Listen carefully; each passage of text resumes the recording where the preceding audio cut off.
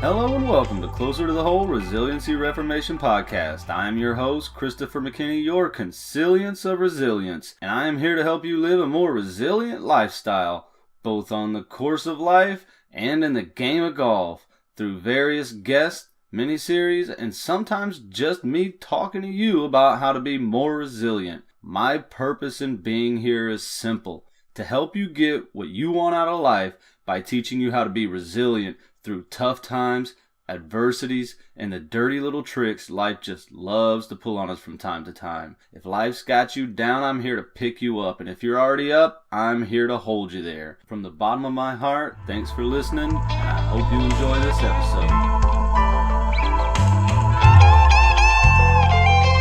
Hello again and welcome to Closer to the Whole Resiliency Reformation Podcast. Today we have a great guest on the show. We have Warren Root. Get this, Warren has over 30 years of experience as a master certified instructor. He has certifications in CAPTO, Body Track, and Swing Catalyst. Warren has a very simple theory: inspire, teach, and learn. Inspire players and people to be their best in golf and life. Teach the skills required to play and the skills required to give back each day, and learn how to take a technique and play the game to score and the methods to grow as a player and person. I wish everybody had that simple theory. Warren, thank you so much for being here. Hey, thank you for having me. Of course. And, you know, I had to start the show out. I don't know if you've listened. This is going to be my 6th episode. And the last 2 guests now I have asked the same question to open up with. And I've gotten good feedback from it. So I think I want to keep going with that. When I say it's important to be the golf ball and not the egg, what does that mean to you, Warren?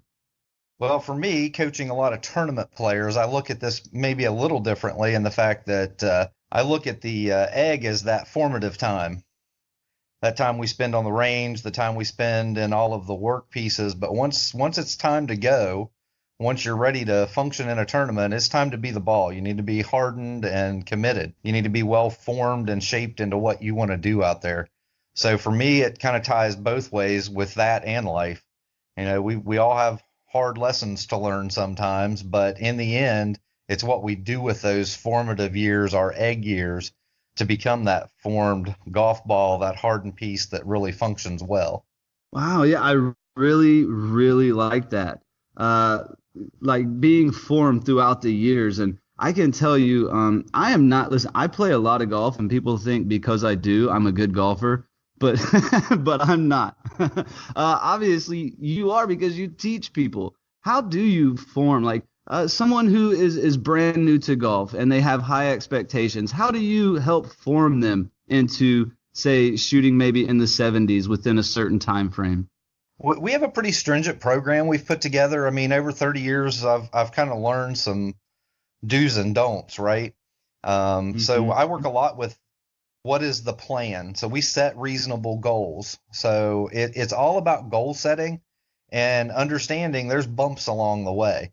You're going to have those moments where it's really hard to make that next progressive step because it's a major change to something in your game, a way you think while you're playing, whatever it may be. Once we get those things in place, though, those steps start happening quicker. It's easy to go from 100 to 90 and from 90 to 80s a little easy, but boy, once you start below that, it's a different world. From 90 to 80 is easy. I'll tell you, it took me, maybe because I didn't have a coach, but it took me about 2 years to get from 90 to 80. So maybe I need to come hang out with you more. Well, you're welcome anytime. And so, talk to me. You just rebranded a business. Is that correct? That is correct.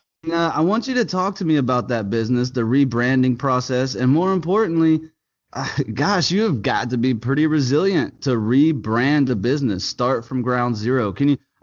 Have at it. Tell us about your business. Tell us what you do. Talk about the resiliency. Talk about all of it.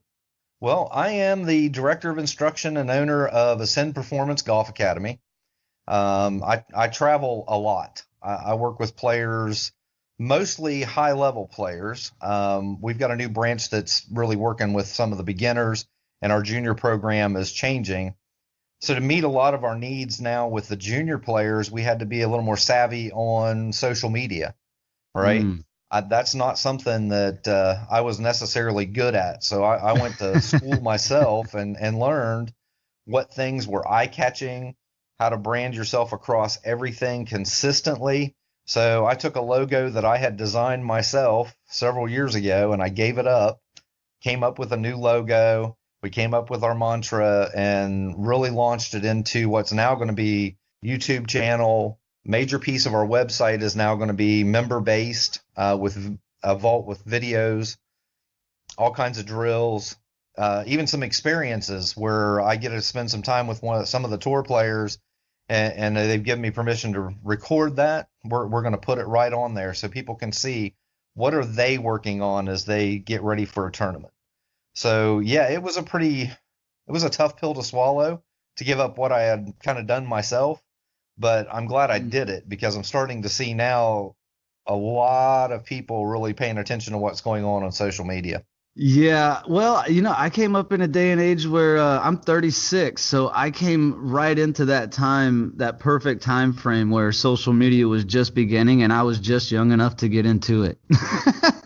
So I don't think I have any problems with social media anyways. Maybe I got to watch what I say sometimes, but well, I can say I'm not 36. Well, you look it from your picture. Well, thanks. No, I will be 50 this year, so I've been around a while. Golf must have been good to you. You talked about being in the service. Can you talk to us a little bit about that? I was in the military, started in '87. Gosh, I had to think about that for a minute. Went into the Air Force and was in for several years. Like a lot of people, got a few trips I didn't want to take, but overall, it was a great experience. Gave me some discipline, some goal setting, and the ability to get along with a lot of people. Yeah, and so you went from being in the military to the University of Auburn. That's correct. And then from the University of Auburn, how did we get from there to where we are now? How did you go from Auburn to a master certified instructor starting this business? I've been very blessed. I'll just start right there. I've been very fortunate in some of the events in my life. I thought I wanted to be a professional player, and got to a level where that was within what I thought was my grasp until I started competing and realized I just couldn't seem to play 4 rounds at that level. I know a lot now as to why that happened, through a lot of the mental things that we do with our players. I've done a player profile on myself and I went, wow, if I would have known that then. But in the meantime, I got very fortunate in that I was hooked up with a gentleman named Keith Marks Sr. And through working with Keith, that actually gave me access to a gentleman that you may have heard tell of named Sam Snead. Yes, so I know Sam Snead. I spent 3 years on and off working around Mr. Snead, learning everything I could from him and learning everything I could about teaching from Mr. Marks. He was an outstanding instructor. So I got a good jump start on that part of my life. Wow, I would say so. How did you meet and be able to be mentored and coached by Sam Snead? Well, Keith was actually very good friends with Mr. Snead. They were best friends from way back. And that led down several paths where I got to meet several people that, most of us don't have the privilege to do that. And I didn't take it for granted. I paid a lot of attention to what they said, why they said things. So it was fortunate on my part. And I would like to ask, because I think mentorship is very important. And I think I could be wrong, but everybody I have looked into, researched, and studied, every single successful person has had a mentor. Have you had that mentor, and how important, if so, was that mentor to you? I think that was what shaped everything for me. I learned a lot of what to do and what not to do, right? Not everything that I gathered all the time from that group was something I've kept with me. I've sometimes looked at it and went, I never wanted to say that or do that. But the fact that he was willing to share his time, his knowledge, and his friendship actually over the years was unbelievable in forming how I interact with people now. Okay. So, well, I guess let me I think maybe rephrase it. Is there like a continuing mentor that you have, or do you think you are now that mentor that is helping other people? I have taken that mantle up myself now. I work with anybody and everybody that wants to teach golf. I've got several guys from people I've met on Facebook to people that know me here that come to see me about, well, how do you get a player to do this? Or what is your theory on this? How do you set your programs up? And I'm always willing to share that information. I can't teach everybody. That is just an impossibility. So for me to keep what I've learned, what I've been blessed with over the years of getting to see, it would be a shame. So I think if we don't instill that in the younger generation, it's going to get lost. Everybody's pretty reliant on just, well, I can watch it on YouTube. Well, you can find just about anything and everything on YouTube. You will also find anything and everything to disagree with it on YouTube. So I think that personal relationship is something that's a bit missing sometimes from some of my younger colleagues. Yeah, and so I got to talk about you brought it up, so I want to talk about YouTube. My golf mentor said that if you want to get good at golf, don't listen to what everybody tries to tell you about golf. Don't watch YouTube. He said it doesn't have to be me. Just listen to one person, get good advice from one person, and that will be so much more beneficial than you trying to watch 1,000 videos on YouTube.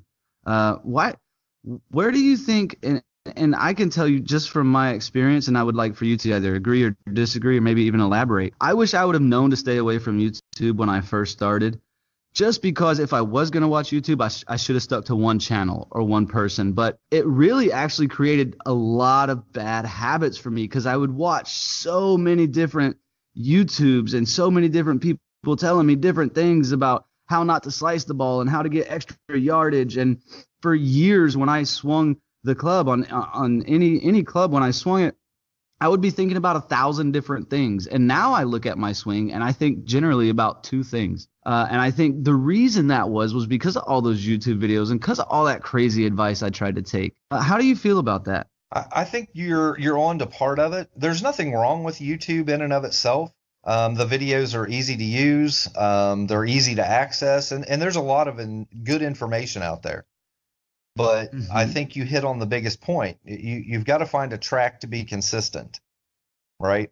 Yeah. If you're listening to multiple theories, multiple methods, and you start blending those and you're really not fully understanding what's being said, that leads down a pretty dangerous path.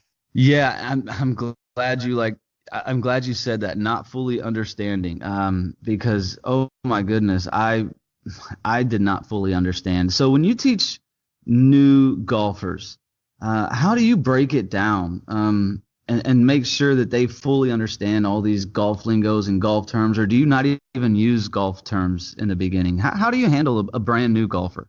I keep them very simple. Everything that I work with newer players, beginners, we really stay rooted in the fundamental pieces, right? We don't want to get too far into data that I can acquire from Body Track necessarily. They don't need that inundation of information. They need to know, how do I grip the club? How do I stand properly? What's the correct posture? What little movements can we make? And the best way to do that, I've found over the years, is to find ways to make it fun. The more fun you can put in that, the quicker people take to it, and the quicker you can move into the next steps of the process, because people are goal-oriented and want to succeed. So give them things to succeed at. I like that. Make it fun, because far too often golf can become a chore. It almost did for me. I almost let it, but I had to step back and say, hey, wait, when you hit the ball, at least you're getting closer to the hole, right? It doesn't need to be a chore. And how important do you think that is to actually be resilient and just know that this is, we're having fun right here. We're playing golf. That's the most critical part of the game, is to be able to take a shot, no matter where it ends up, you go play the next one. I work with a lot of my players on the fact that you're going to hit a bad shot. It's going to happen. What you do from there is what's key. So if you're going to focus on the fact you hit a bad shot and you go to play the next shot while you're focused on that, you're going to hit another one. or you're going to make a bad decision. So the thing is, if you hit a bad shot, what can I do to keep par in play? And most players just can't seem to commit to that. They want to hit the hero shot that they're not capable of hitting, and they get themselves in more trouble. So what could have been a par or a bogey turns into the famous double or snowman or even worse. Yeah, because I could tell you for the longest time I was a big advocate of that. Maybe I had hit for me, an average drive is not very far. For me, an average drive is around 250. If I'm lucky, I can hit 260. But let's say I hit a drive into the rough and I hit a great drive. It's 270, but I land and I get in the rough. I get no roll and it stops right there. I would just try and get a 6-iron and tag it as hard as I could and still make it to the green right there out of the rough. And then one day I learned, look, I'm not a pro. Maybe I should just get a 9-iron, get an 8-iron. I'm in the rough, depending on the lie. Maybe it looks like it should be an 8-iron, and just get it out there, get closer to the hole, and put myself in position for par. That's so important, I think, and I'm glad you touched on that. Yeah, that's the toughest part for most of us to learn.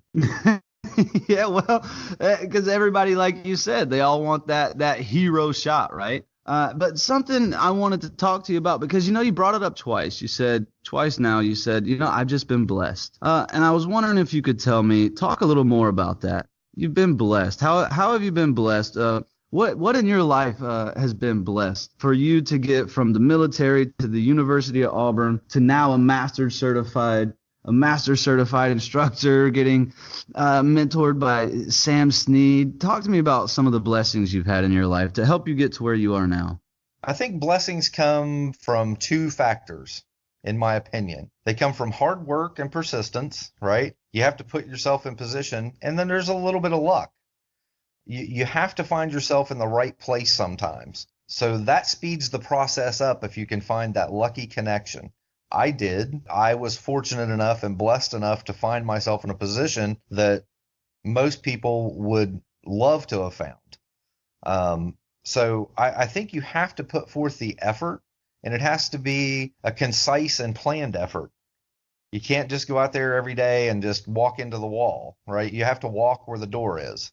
Yeah, that is. So my favorite motivational speaker in the world, Zig Ziglar, will tell you that, may he rest in peace, would tell you that success is when preparation meets opportunity. Correct. And so you would say that you feel like you were prepared when opportunity knocked. I certainly did. And so I want to kind of move on from that topic, because earlier you were talking about, instilling discipline, or maybe instilling a structure into the younger generation. What are you and your company, what are you all doing for the younger generation? Well, we've actually taken a step back and looked to see where can we really make an impact on golf and the youth of the country, right? That's kind of a thing everybody's looking at. So we are in the process right now of branching our academy piece out to bring in scholarshiped juniors. And what we're looking for are those kids who do not have the opportunity. They don't have the money to do those kind of things. They're in a situation where that's just not feasible. And we are going to scholarship them into our academy, no cost to them. And we're going to start trying to develop them into not only golfers, but functioning members of society on a different level. So the platform is very different. It involves a lot of golf, but we use that for other reasons. We're actually bringing in people to do nutritional studies and nutritional information to give these kids about how can I eat better, even though I may not have access to everything that's out there. We've got physical fitness trainers that are involved as well. They're coming in and showing these kids how to do exercises that they don't have to go to a gym to have a membership. They don't have to do any of those things. But the piece that's really big for me is the fact that we're going to take this same group of kids and they're going to come in with our regular kids. Nobody's going to know any different. And we're going to make all of these kids function as a group. and we're actually going to pair them into teams, and we're going to do community outreach projects with these kids too. We're going to take them right back into their own neighborhoods, some of them, and do things that impact the community in a positive fashion. Wow, that's awesome. That is absolutely amazing. I feel like not many organizations today in America, a lot of organizations talk about helping the youth, but what you're doing is really actually reaching out and helping the youth. And I think that falls right in line with your theory. As you stated, it's a fairly simple theory, but it's powerful. Inspire players and people to be at their best in golf and life. I love that. What are you doing to inspire people to be in their best, especially these youth, in golf and in life? We do a lot of correlation between actions on the golf course, whether you're practicing, whether you're playing in a tournament, whatever that action may be, as how that relates in your own life. So being kind and using good golf etiquette is a great platform to get some of these kids to stop and go, wait a minute, instead of joining in with everybody else and making fun of so-and-so, why don't I go be part of their life? That's the biggest thing that I've always been burdened by is how to affect youth in a positive fashion. It's not easy to do sometimes, and it seems like it's getting harder in certain areas, I will have to admit, but whatever part we can play, I can play in making any positive impact is well worth my effort and time. Wow, I love that. I love the using good golf etiquette to instill, values in our younger generation. I think that traditional golf etiquette is very good natured. Traditional golf etiquette, you wear nice attire, you're gentlemanly or you're ladylike.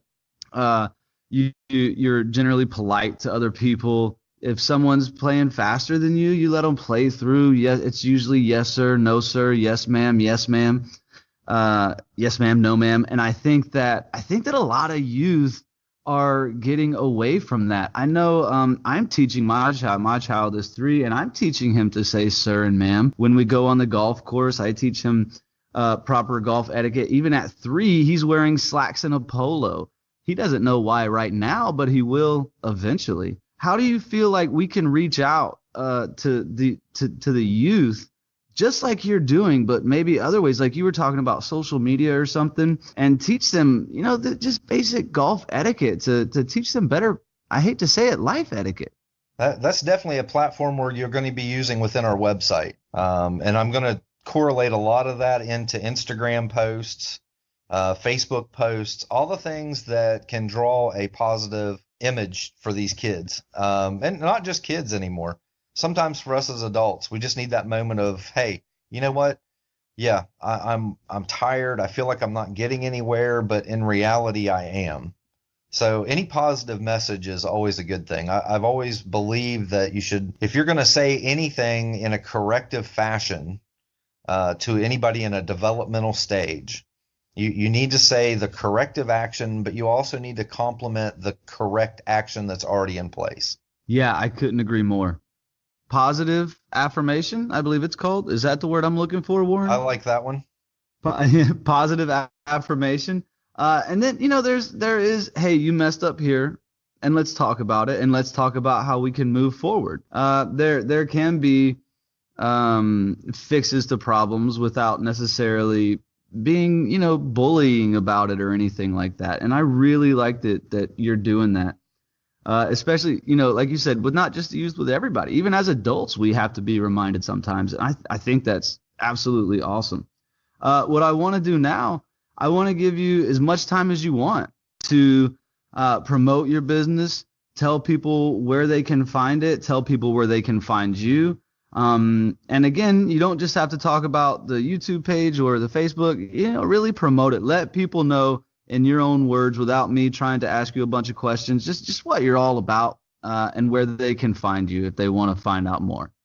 Finding me is pretty easy. I do have all of the pages that everybody frequents. We have an Instagram account. We have a Facebook page. We have a website, and it's all tied to the Ascend Performance Golf piece. So if you want the website, That's easy. It's www.ascendperformancegolf.com. You can find us on Instagram or Facebook, anywhere you want to find us pretty much under that same name. My biggest thing for most people is to understand I cannot teach everyone. So for having other instructors, for having anybody, if you can find the right person that works well with you and understands your goals and can lay a path out in front of you, that is a valuable piece to your life. It doesn't have to be me. I want it to be me as often as possible. Obviously, it's my business. But the reality is there are tons of good instructors out there. You have to find one that mixes well with you. I have a process. When you say you want to come see me for a lesson, you're going to get a questionnaire to fill out. And I'm going to make you do homework before you ever come to me, because I want to know exactly what your goals are and what your current capabilities are. So I give you a pretty good format to actually lay out everything that you would ever need to know. I think that's a really valuable piece to look for in any instructor, is who's doing some work up front. That's missed by a lot. I really don't know why, but I think it's a valuable tool that we all should be using as golf instructors. In fact, pretty much as an instructor of anything. I've taught things besides golf for many years, and the one thing you want to know is you have to know your audience. I can't go into a day of lessons thinking, well, Christopher sent me a message and he wants to play on tour next year, and okay, I'm just going to take that and move on, and you show up and you can't break 80. Well, that's not going to happen next year, most likely, right? So I didn't do my homework up front, so I'm going to fail you immediately. You're going to look at me in a different light. Right. Well, yeah, I think that's amazing. I love it that you and I'm gonna have to put a plug in there for you, and a quick another little advertisement, because like we were talking about earlier, if you're gonna watch a YouTube, you need to watch one person, and from talking to you and from listening to everything you have to say, I have to say that Ascend Performance Golf is the YouTube channel I will be frequenting. So how often can we expect these videos? We actually will be launching the channel here in about 2 weeks, and the videos will go up at least twice a week. Awesome. So, Warren, I have to ask you a question before we end the show, and you can take some time to think about it if you'd like. It can take a little bit of thought, but if life were a game of 18 holes, what hole would you be on right now, and how many mulligans would you have taken to get there? I would have to say, for me right now, with the way I look at my life, I would probably be on the amen corner. I'd be walking off 11 green, headed to 12 tee. You'd be in Augusta, huh? Well, I might as well go big, right? I love it. Do you get to frequent the Masters at all? I've been a couple of times, not nearly enough. I love that place. It's just, it's an awe-inspiring place to walk. Are you going to be there this year? Actually, it looks like we will be there this year. So I tell you what, I'm looking forward to it. That is great. We are going to have to meet in person then for the first time. That sounds good to me. Because as will I, and I have your phone number. And come Masters April 11th through the 16th, I think it is this year, I'll be shooting you a text. Fire away. Warren, thank you so much for being here. Is there anything else you want to let the listeners know before we let you go? Always make the game of golf fun. Can't be stressful all the time. I take my players out often, my tournament players, especially my advanced level juniors, and we play games on the golf course. And we do it for one simple reason. It builds shot making capability, because I put them in different shots than they would normally play, and we play an 18-hole match that way. But they have fun. They keep that spirit of how much fun we can have with the game of golf. We can't all be tour professionals. It's just not the way it works, right? But if you can keep golf fun, pleasant, enjoyable, and let that reflect well in your own life, that your work does pay off. You are rewarded for whatever happens in your life. You can work your way into the situation that you want to be in. Never give up on any goal you've got, whether it's a promotion at work or to break 80. Warren, I want to say one more time, thank you so much for being here. I really do appreciate your time. My pleasure. And Thank you all. And if you want to get in contact with me, as always, closer to the whole 18 at gmail.com. Got a few emails. I'm loving them. And I'm going to finish the 5 pillars of resiliency. I have gotten a few emails on that now, and I get it. I will be finishing them. I've just had these great interviews, and I couldn't refuse them. But again, closer to the whole 18 at gmail.com. Everything else, closer to the whole, Facebook, Instagram, you name it, all at closer to the whole. Thank you all so much.